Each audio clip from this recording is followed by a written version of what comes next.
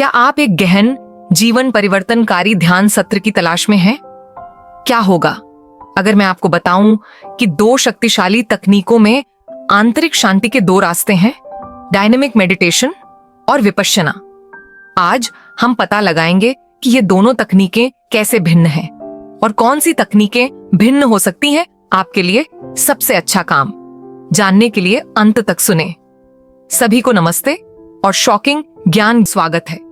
आज के वीडियो में हम ध्यान की दो सबसे लोकप्रिय तकनीकों के बारे में बात कर रहे हैं, डायनेमिक मेडिटेशन और विपश्यना। दोनों का एक ही उद्देश्य है, अपने आंतरिक अस्तित्व से जुड़ना, लेकिन दृष्टिकोण के संदर्भ में दोनों अलग नहीं हो सकते थे। आइए उनका विश्लेषण करें और पता लगाएं कि उनमें क्या अलग है। सेक्शन 1, डायनामिक मेडिटेशन क्या है? डायनामिक मेडिटेशन का एक उच्च ऊर्जावान रूप है जिसे स्वतंत्र सोच वाले गुरु ओशो द्वारा विकसित किया गया था। पारंपरिक प्रकार के ध्यान के विपरीत गतिशील ध्यान में शरीर की अत्यधिक गतिविधि, सांस लेने का काम और भावना मुक्ति शामिल है। प्रमुख विशेषताएं: इस अभ्यास को 5 चरणों में विभाजित किया गया है। चरण 1, आपके शरीर को ऊर्जावान बनाने के लिए निरंतर तेज सांस लेना। चरण 2, तनाव दूर करने के लिए अभिव्यंजक रूप से हिलना डुलना। चरण 3, भावना मुक्ति को गहरा करने के लिए कूदना और जप करना। चरण 4, मौन, जिसमें आप अपनी आंतरिक शांति पर ध्यान दे सकते हैं। चरण 5, नृत्य करना और अपनी चेतना और ऊर्जा के नए स्तर का जश्न मनाना। डायनामिक मेडिटेशन का उद्देश्य: इसका उद्देश्य मानसिक और भावनात्मक अवरोधों को तोड़ना है, आपके शरीर और दिमाग के लिए गहन भावना और शारीरिक मुक्ति के माध्यम से फिर से जुड़ने के लिए दरवाजे खोलना है।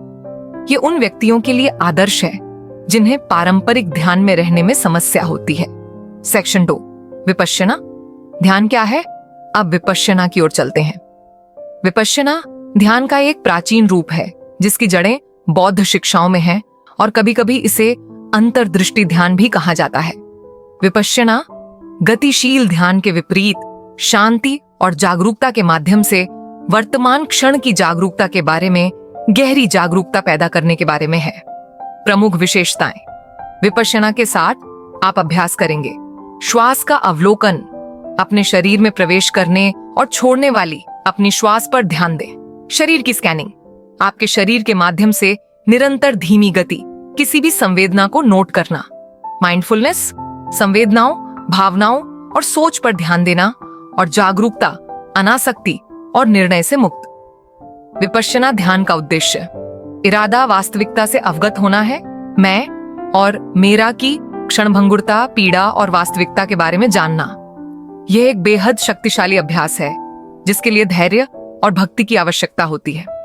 सेक्शन 3, विपश्यना और गतिशील ध्यान के बीच मुख्य अंतर शरीर और गति। शायद इसके सबसे महत्वपूर्ण अंतरों में से एक इसकी शारीरिक गतिविधि का उपयोग है। गतिशील ध्यान एक सक्रिय, शारीरिक रूप से मांग वाला अभ्यास है और विपश्यना में शांत और शांत प्रतिबिंब शामिल है।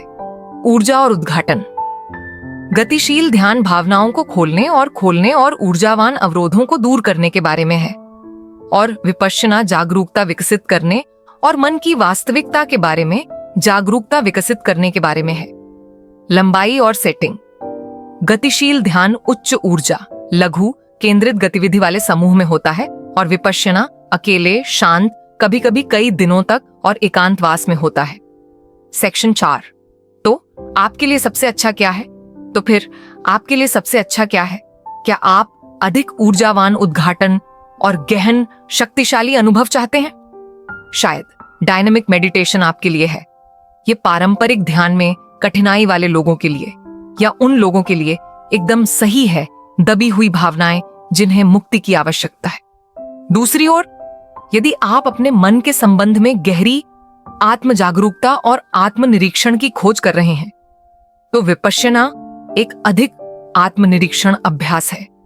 इसके लिए धैर्य की आवश्यकता होती है और यह उन लोगों के लिए सर्वोत्तम है जो शांत और शांति से रह सकते हैं। दोनों तकनीकों का बहुत महत्व है, लेकिन सभी मामलों में आपके लिए वह चुनना सबसे अच्छा होगा जो आपके उद्देश्यों और प्राथमिकताओं के अनुकूल हो। मैं आपकी प्रतिक्रिया की सराहना करूंगा। आपके साथ सबसे अधिक सामंजस्य क्या लगता है? मुझे नीचे बताएं टिप्पणियां।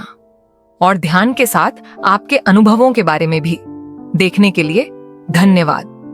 अगर आपको यह वीडियो पसंद आया तो माइंडफुलनेस और आत्मविकास से संबंधित और भी वीडियो के लिए लाइक, सब्सक्राइब और घंटी दबाना न भूलें।